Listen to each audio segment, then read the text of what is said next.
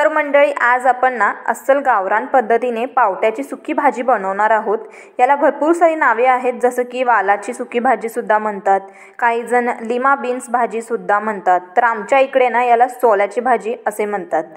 तर मंडळी, नावे कितीही असू द्यात, पण भाजीची चव मात्र एक नंबर अशी येते। तर एकदा तुम्ही ही भाजी ना नक्की करून बघा। तर आता चला मग सुरुवात करूया।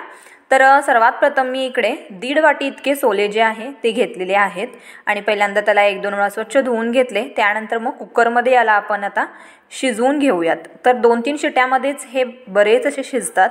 तर 1 ग्लास पाणी घातले मी शिजण्यासाठी आणि गॅसचा फ्लेम मोठा करून 2-3 शिट्ट्या काढला आणि शिट्ट्या झाल्यानंतर मग थंड झाला कुकर। त्यानंतर मग इकडे तुम्ही बघत आहात सोले आपले छान शिजलेले आहेत। 1-2 सोले मी तुम्हाला चिरडून सुद्धा दाखवते। तर हे जास्तही नाही शिजवायचे आणि कमीही नाही शिजवायचे, तर परफेक्ट शिजले पाहिजेत अशा प्रकारे। तर आता चला मग याला आपण फोडणी देऊयात। तर फोडणीसाठी मी इथे पहिल्यांदा एक पातेलं घेतले। त्यानंतर यामध्ये आपण 2 चमचे इतकं तेल घातलं। तेल घातल्यानंतर यामध्ये आपण आता भरपूर सारा कांदा घालूया। तर या भाजीला ना जास्त काही मसाले लागत नाहीत, पण कांदा आणि टोमॅटो मात्र जास्ती लागतो। जितकं जास्त तुम्ही कांदा टोमॅटो घालाल ना, तितकी ही चविष्ट भाजी बनते।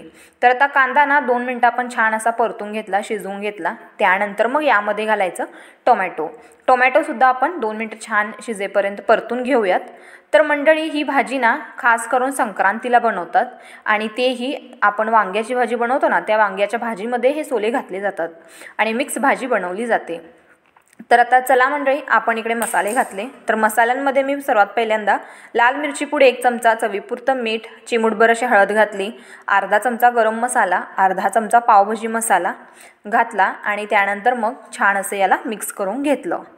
तर आता मंडळी, यामध्ये मसाले आपण जास्त काही वापरलेच नाही आहेत। साध्या तिखट मीठ हळदने सुद्धा ही भाजी बनते। तर आता काय करायचं, थोडं मसाले शिजले की यामध्ये घालायचे आता आपले सोले। तर मंडळी, एकदा नक्की ही भाजी तुम्ही बनवा, आवडेल तुम्हाला। तर याची ना काही जण पातळ भाजी सुद्धा बनवतात आणि काही जण अशी सुकी भाजी सुद्धा बनवतात। तर आज आपण ना सुकी भाजी बनवणार आहोत। तर हे सोले घालून झाल्यानंतर याला मस्त असं परतून घ्यायचं आणि मंडळी, ही भाजी ना तुम्ही भाकरीसोबत खा, कारण भाकरीसोबत ना खूपच छान लागते ही भाजी। हवं असल्यास चपातीसोबत सुद्धा खाऊ शकता। तर चला मग, आता मी इकडे ओलं खोबरं किसून घेतलेलं ते सुद्धा घातले आणि गॅसचं फ्लेम जे आहे ते अगदी बारीकच ठेवायचं आणि त्यानंतर मग यामध्ये आपण घातली भरपूर अशी कोथिंबीर आणि त्यानंतर परत याला थोडंसं मिक्स करायचं।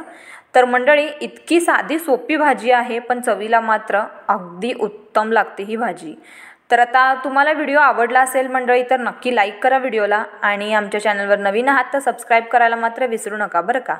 आणि जर रेसिपी जास्तच आवडली तर नक्की तिघांना शेअर करा, त्या तिघांना सांगा अजून तिघांना शेअर करायला।